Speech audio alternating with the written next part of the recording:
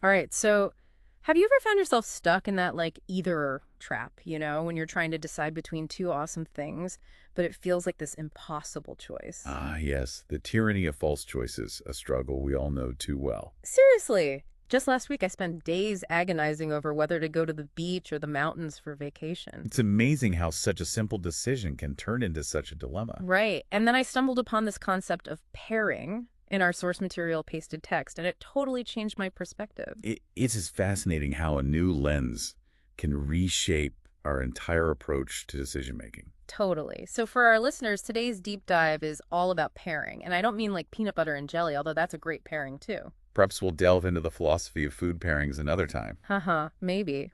But no, today we're talking about pairing as this fundamental way we make sense of the world. A fundamental concept indeed. Ready to unlock some aha moments about how your brain works. Always eager for those aha moments. Let's do it. The source material jumps right in, saying that whenever we choose one side of a pair, we automatically acknowledge its opposite. It's not about choosing one or the other, but rather understanding how they both work together. It's like choosing one side means you already get the other side by default. Precisely. It's about the relationship between those seemingly opposite concepts. A classic example is good and bad.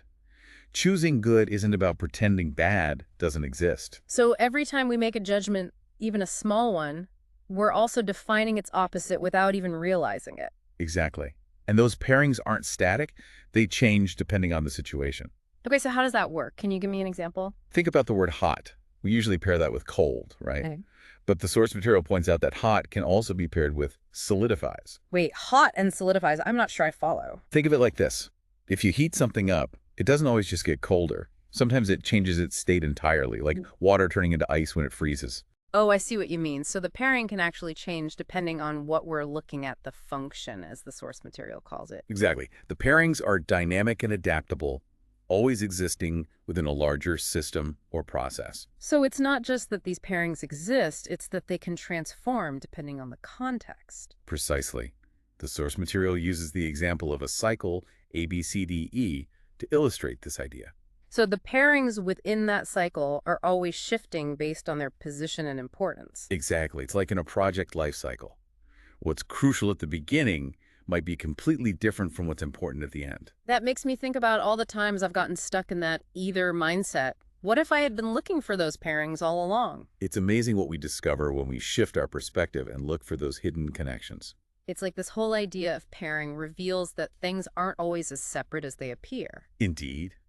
Often, seemingly opposing forces are actually working together in fascinating and unexpected ways. Okay, so we've gone from good and bad to hot and solidifies, which still has my brain doing a little dance. It is a fascinating concept to unpack, isn't it? Totally. And the source material takes it even further, talking about this thing called dualism. Ah, yes.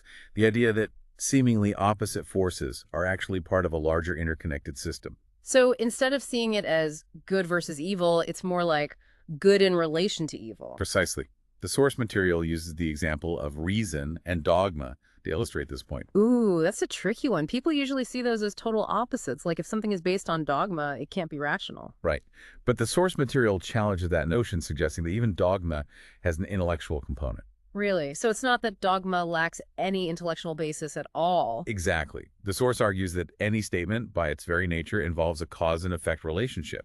It's just that dogma often operates on a more simplified level of understanding. So it's like dogma provides a clear direction, but maybe doesn't always explore all the complexities? Precisely. Think of it like a map with a single rip marked. That's dogma. It gives you a straightforward path to follow. Reason, on the other hand, is more like a detailed topographical survey. It allows for more nuance and exploration, but both are valuable. So dogma is like the foundation, and reason is how we build upon that foundation. A great analogy. And here's where it gets really interesting. The source material argues that dogma isn't limited to religion. It pops up everywhere. Wait, really? Where else would we find dogma? Think about societal norms, cultural values, even scientific principles. They all represent a form of dogma in the sense that they provide us with a framework for understanding the world around us. Wow, I never thought of it that way. But it makes sense. We do crave those frameworks, those starting points. Exactly. And that leads us to another fascinating concept, the idea that even the simplest statements have a hierarchy of meaning. Okay, now you're going to have to explain that one. A hierarchy of meaning. What's it even mean? It means that even straightforward statements can have multiple layers of interpretation depths of meaning that go beyond the surface level. So it's like an onion. You peel back one layer and there's always another one underneath. Precisely. Uh, And the source material suggests that this is where the intellectual side of dogma comes in. It's in understanding those layers, those different levels of interpretation. so it's not just about accepting dogma at face value. It's about really digging into it, exploring its depths. Exactly. It's about recognizing that there are often deeper meanings to uncover. However, the source also cautions against interpreting things out of context. So dogma might set the boundaries, but reason allows us to explore within those boundaries. You've got it. It's about understanding how dogma and reason work together to shape our understanding. It's the beauty of pairing. So we've really gone deep on this whole pairing idea, huh? We've certainly journeyed from the everyday to the profound, haven't we? For sure, from like my vacation dilemma to big concepts like dualism and how reason and dogma interact. It's given me a lot to think about. It highlights how interconnected everything really is. Totally. It's like I've got these new lenses and I'm seeing those hidden connections everywhere. And that's a key takeaway from the source material, isn't it? Breaking free from those false dichotomies. Absolutely. The world isn't black and white. It's a whole tapestry of interconnected pairs. Precisely. So for our listeners, here's a little challenge. Think about instances of pairing in your own lives. Ooh, yeah. What are some opposites you encounter that actually depend on each other?